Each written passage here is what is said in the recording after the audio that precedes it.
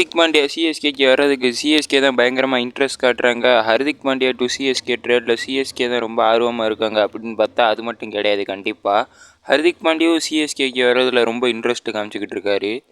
ஹர்திக் பாண்டியா சிஎஸ்கேக்கு தான் ட்ரேட் ஆகணும்னு ஸ்பெசிஃபிக்காக இருக்கார். இதில் எம்எஸ் டோனியோட இன்வால்மெண்ட் இருக்கா இல்லையா எல்லாத்தையும் பார்க்கலாம். அதே மாதிரி பென் ஸ்டோக்ஸ் வந்து சிஎஸ்கேக்கு அடுத்த வருஷம் விளையாடுவாரா இல்லையாங்கிறதையும் பார்க்கலாம். First of all Ben Stokes சிஎஸ்கேக்கு தேவையா, அப்படி சிஎஸ்கேக்கு பென் ஸ்டோக்ஸ் வந்தால் எந்த இடத்துல ஆட வைப்பாங்க அப்படிங்கிறதையும் இந்த வீடியோவில் பார்க்கலாம். கைஸ், வீடியோக்கு லைக் கொடுக்கலன்னா லைக் கொடுத்துக்கோங்க. சேனலுக்கு புதுசாக சப்ஸ்கிரைப் பண்ணிக்கோங்க. வாங்க வீடியோக்குள்ளே போகலாம். Okay, Hardik Pandya to CSK ட்ரேடை பார்க்குறதுக்கு முன்னாடி பென் ஸ்டோக்ஸ் வந்து இந்த ஆக்ஷனில் சிஎஸ்கே எடுப்பாங்களா மாட்டாங்கங்கிறத பார்க்கலாம்.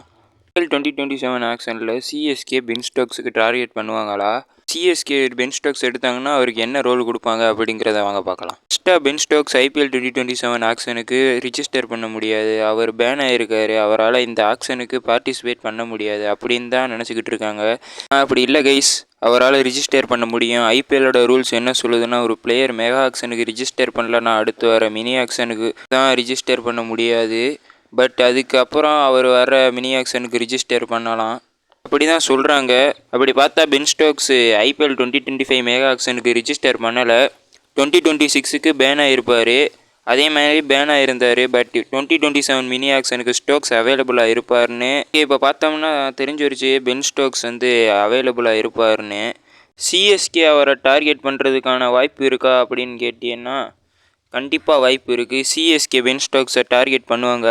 எம்எஸ்டியாக இருக்கட்டும், சிஎஸ்கேயோட கோச்சிங் ஸ்டாஃபாக இருக்கட்டும், பென் ஸ்டோக்ஸ் மேலே இன்ட்ரெஸ்ட் காமிச்சிருக்காங்க. ஆர்பிஎஸ்சில் இருக்கும்போது ஃப்ளெமிங் அண்ட் எம்எஸ்டி சேர்ந்து பென் ஸ்டோக்ஸை எடுத்திருப்பாங்க. அப்படியே 2023 மினி ஆக்ஷனில் பார்த்தா சிஎஸ்கே கொண்டு வந்திருப்பாங்க. ஆனால் இப்போ பென் ஸ்டோக்ஸ் தேவைப்படுறாரான்னு கேட்டால் கண்டிப்பாக, பிகாஸ் ஆல்ரவுண்டர்ஸ் ரொம்ப சிஎஸ்கேயில் கம்மியாக தான் இருக்காங்க. ஸோ பென் ஸ்டோக்ஸ் மாதிரி ஒரு ஆல்ரவுண்டர் வந்தால் சிஎஸ்கே கண்டிப்பாக விட மாட்டாங்க, எடுக்க தான் பார்ப்பாங்க. அண்டு ஸ்டோக்ஸ் கண்டிப்பாக சீப்பராக கிடைக்க மாட்டார். சிஎஸ்கே கண்டிப்பாக அதிக அமௌண்ட் ஸ்பெண்ட் பண்ணி ஆகணும். அதில் ரிஸ்க் இருக்குது. T20 கிரிக்கெட்டே விளாட்ல, அதிகமாக டெஸ்ட்டு கிரிக்கெட்டு தான் ஃபோக்கஸ் பண்ணிட்டு வராரு. எஸ், நம்ம ஸ்டோக்ஸ் ஆக்ஷனில் அதிக தொகை கொடுத்து எடுத்துகிட்டு வந்து ஃபினிஷராக பார்த்து, லைக் ஒரு நம்பர் 5 நம்பர் 6 பேட்டராக பார்த்து 2ல் இருந்து ஒரு 3 ஓவர் தள்ள முடிஞ்சால் அவர் ஒரு அதிகமான தொகைக்கு கொண்டு வரலாம். வந்து ஃபெயிலியராகவும் போகலாம், இல்லை ஒரு பயங்கரமான சக்ஸஸாகவும் போகலாம். ஏன் சொல்கிறேன்னா, ஸ்டோக்ஸ் அவ்வளோவா T20 கிரிக்கெட் விளாடலை. இன்னும் ஸ்டோக்ஸை எடுத்துகிட்டு வந்து சிஎஸ்கே எல்லிசார் நூர் அகமது மாதிரி ஒரு பிளேயரை பெஞ்ச் பண்ணே ஆகணும். இந்த எல்லா ரிஸ்கையும் சிஎஸ்கே ஃபேஸ் பண்ண ரெடியாக இருந்தால் சிஎஸ்கே ஸ்டோக்ஸை கொண்டு வர போகிறாங்க. நினச்சி பாருங்கள், ஹர்திக் பாண்டியா சிஎஸ்கே ட்ரேட் பண்ணிட்டாங்க. ஓவர் 10 வேறு இருக்கார். ஸ்டோக்ஸும் ஆட் பண்ணால் பயங்கரமான ஆல்ரவுண்டு காம்போ சிஎஸ்கே வச்சு போவாங்க. சிஎஸ்கே எதுக்கு பேர் போனவங்களோ ஆல்ரவுண்டர்ஸோட ஓஜின்னு சிஎஸ்கே அதை ரீவைண்ட் பண்ண மாதிரி இருக்கும். கண்டிப்பாக ரிஸ்க் எடுக்க ரெடினா ஸ்டோக்ஸை 100% டார்கெட் பண்ணுவாங்க. ப்ராக்டிக்கலாக சிஎஸ்கேக்கு தேவைன்னு பார்த்தா கொஞ்சம் வாய்ப்பு கம்மி தான். பிகாஸ் ஆல்ரெடி ஹர்திக் பாண்டியா வந்துட்டார்னா ஈஸியாக நம்பர் 6 பொசிஷன் மேனேஜ் பண்ணியிருப்பார். ஏன்னா நம்மக்கிட்ட ப்ரீவிஸ் வேறு இருக்கார். நம்ம எப்படி இருந்தாலும் ஒரு ஸ்பின் ஹிட்டர் பக்கம் போய் தான் ஆகணும். அவர் வந்து ஃபினிஷிங்கும் பார்த்துக்கிற மாதிரி. அப்படி பார்த்தா ஸ்டோக்ஸ் வந்தால் ரிஸ்க்கு தான் போகும்.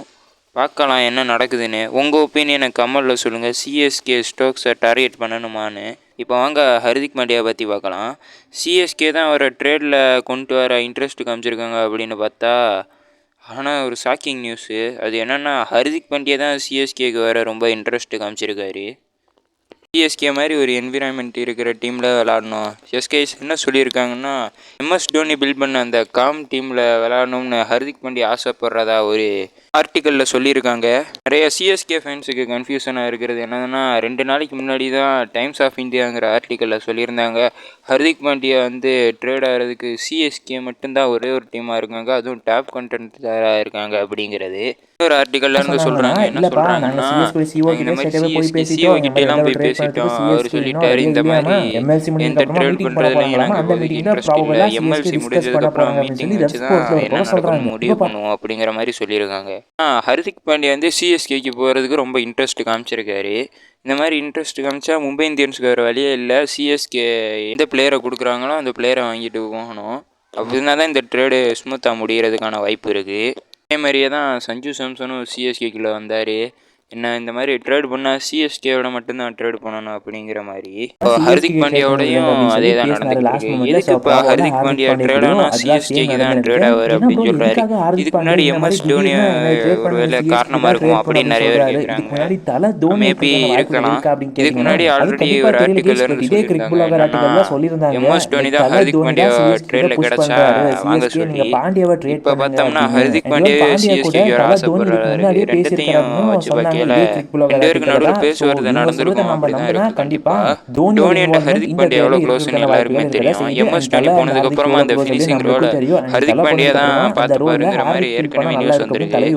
முடியட்டும், அப்புறம் எல்லாமே தெரியும். ஹர்திக் பாண்டியா ட்ரேட் பண்ண சொல்லி MS தோனி தான் சொல்லியிருக்காரா இல்லை ஹர்திக் பாண்டியாவே சிஎஸ்கேக்கு வரேன்னு சொல்லியிருக்காரா அப்படிங்கிறது. மேனேஜ்மெண்ட் தான் ஹர்திக் பாண்டியா கொண்டு வரணும்னு ஆசைப்படுறாங்களா அப்படிங்கிறது எல்லாமே இந்த MLC முடிஞ்சோன்னு தான் தெரியும்.